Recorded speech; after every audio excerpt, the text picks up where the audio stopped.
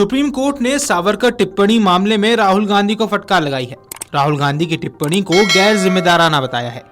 Supreme court ने सावरकर के खिलाफ कथित टिप्पणी के लिए मानहानि मामले में राहुल गांधी को जारी समन रद्द करने से इनकार करने वाली इलाहाबाद हाईकोर्ट के आदेश पर रोक लगा दी है। न्यायाधीश ने कहा कि स्वतंत्रता सेनानियों के बारे में गैर जिम्मेदाराना बयान ना दें। आपने कानून के बारे में अच्छी बात कही, आपको इस पर रोक लगाने के हकदार हैं।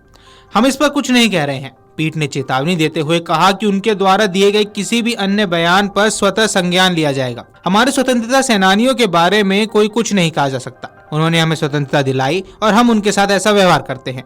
यह सही तरीका नहीं है।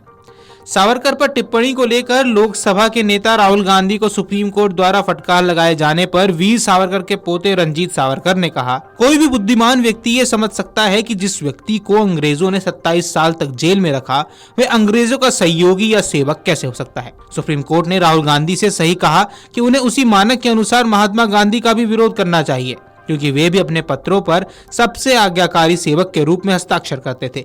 क्योंकि वीर सावरकर हिंदुत्व के लिए खड़े हैं, इसलिए राहुल गांधी जानबूझकर उनका विरोध करते हैं, ताकि चुनाव से पहले ध्रुवीकरण पैदा किया जा सके, ताकि वे मुस्लिम वोट हासिल कर सके।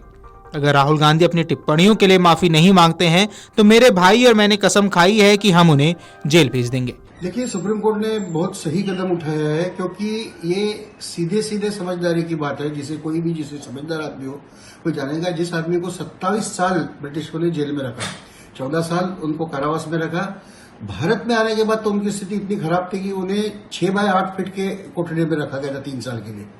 अंडमान में 11 साल रखा था। उसके बाद 13 साल उनको हाउस अरेस्ट में रखा था। ऐसा आदमी ब्रिटिशों का दोस्त या नौकर कैसा हो सकता है ये? और एक लेटर के इसमें यूर मोस्ट ओबीडियंट सर्वेंट। तो सुप्रीम कोर्ट ने बड़ा इसमें इनको पकड़ा है कि भाई महात्मा गांधी को भी फिर बोलना चाहिए, वो भी मोस्ट ओबीडियंट सर्वेंट लिखते थे। वो तो उस समय का तरीका था लिखने का। तो ये बड़ा सही काम किया है जो उन्हें सुप्रीम कोर्ट ने ये बोला है कि अभी ऐसा मत करो और सो मोटो लेंगे। मुझे लगता है कि अगर समझदार होंगे तो सुधर जाएंगे। मगर इसमें एक बात देखने गई कि राहुल गांधी ये जो कुछ कर रहे हैं, ये ऐसा इसलिए नहीं कर रहे वो बेवकूफ है, वो इसलिए कर रहे हैं कि सावरकर ये हिंदुत्व के प्रणेता है। सावरकर जी का हिंदुत्व धर्म के आधार पे नहीं है, पूजा विधि पे आधार पे नहीं है, ये सब जानते हैं। फिर भी हिंदुत्व शब्द था, इसलिए वो पोलराइजेशन ऑफ मुस्लिम वोट से जानबूझ के इलेक्शन के पहले, हर इलेक्शन के पहले महाराष्ट्र में आके जय भी जाएंगे, कर्नाटका जाएंगे, वहां पे ये जानबूझ के ये सब बात करते थे, क्योंकि उन्हें इनकी सत्ता की राजनीति का एक हिस्सा है वो। तो सुप्रीम कोर्ट ने जो फटकार लगाई सही है कि हम देशभक्तों का अपमान ना करें, कम से कम आज की सत्ता के इसमें। तो लगता है मुझे कि वो सुधर जाएंगे। सुधरे तो ठीक है, मगर ये जो बात थी कल लखनऊ के केस के बारे में थी, उसके ऊपर 3 केसेस और शुरू है। एक नासिक में शुरू है, पुणे में शुरू है। पुणे में मेरा भाई सत्य की केस कर रहा है। मैंने खुद बम्बई में भी एक केस 4 साल से रजिस्टर की, वो भी आ जाएगी अभी। तो अगर वो माफी नहीं मांगेंगे तो हमने प्रण कर लिया कि उन्हें हम जेल में भेजेंगे। तो क्या ये जो केसेस है आप कोशिश करेंगे कि सुप्रीम कोर्ट अगर इन सबको अमलगमेट करता, सारे केसेस एक साथ चलाने की बात करता है, तो मुंबई में चले ये केसेस, क्या आप इस बात की मांग करेंगे? नहीं, किसी ने अभी मांग नहीं की है। हम क्यों मांग करें, अमलगमेट करें?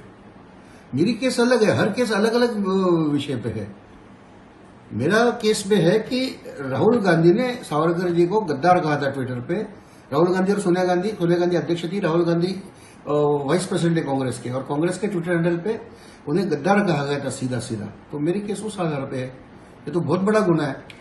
सर, कल इंदिरा गांधी के उस पत्र का भी जिक्र किया सुप्रीम कोर्ट में, उन्होंने खुद वीर सावरकर कह के संबोधित किया है इन्हें, और उसको भी याद दिलाया सुप्रीम कोर्ट ने राहुल गांधी को, आपकी दादी ने भी उन्हें वीर कहा है। तो आप किस आधार पे उन पे आरोप लगा रहे हैं?